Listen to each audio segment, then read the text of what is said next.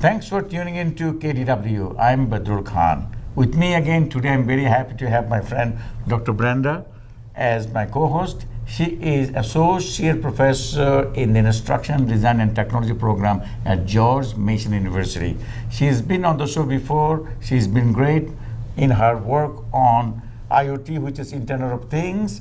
And since then, what you've been doing and what is the update on your research on IoTs, which is Internet of Things? Well, thank you, Badrul. Happy to be with you again. As you know, our research team at George Mason University has been focused on instrumenting live simulation training exercises with the Internet of Things for first responders. The last time I was here, we talked about this type of training with our local hospital and fire and rescue teams. We've recently conducted a live simulation training exercise with law enforcement, this time in the Eagle Bank Arena on George Mason's campus. We leveraged internet-enabled devices and other digital technologies. Wow, you have continued to work with the first responders in the area of this. Tell us more about the design of the exercises and also the data that you have collected. The simulation exercise involved two law enforcement teams who enacted or simulated an active threat event in the Eagle Bank Arena. An active threat incident can encompass an active shooter scenario that's structured to provide training for improved response of specially trained law enforcement teams.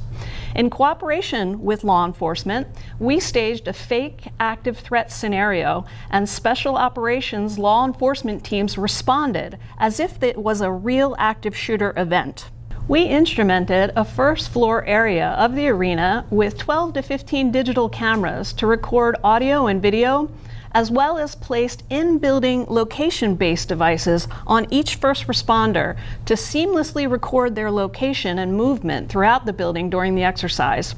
These technologies were donated to us by companies called Mutual Link and Trex Systems, and allowed us to actually show back the location and movement of the first responders in the live scenario, and especially to look at the data during the debriefing session. Well, I remember that you had said that was your main interest in the research to gather their feedback and try to improve what they have learned from the scenario with the data from the IoT devices.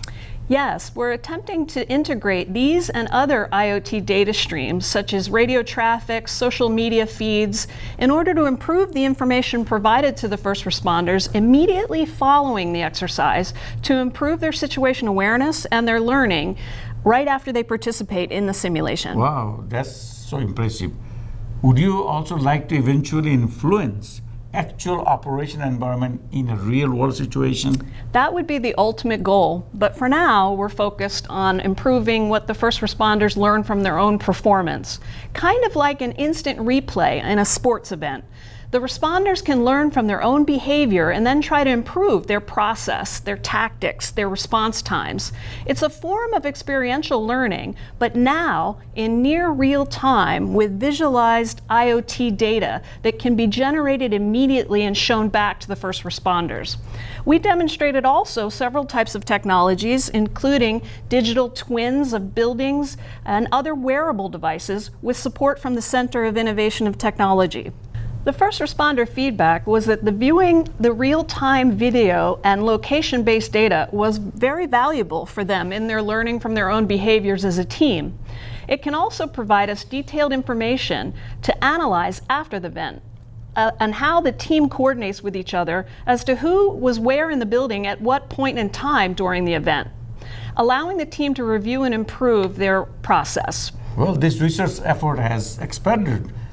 What do you want to do next? What's your plan? We're planning a second live simulation training exercise that will be larger and with more first responder organizations. Well, George Mason is doing very good with this idea of IoT's uses, improving our medical field and other fields. Well, thank you, Brenda. Please keep us posted about your progress. And folks, those who are watching this important episode, thanks for watching. We'll see you with another episode of Khan's Digital World. Thank you very much.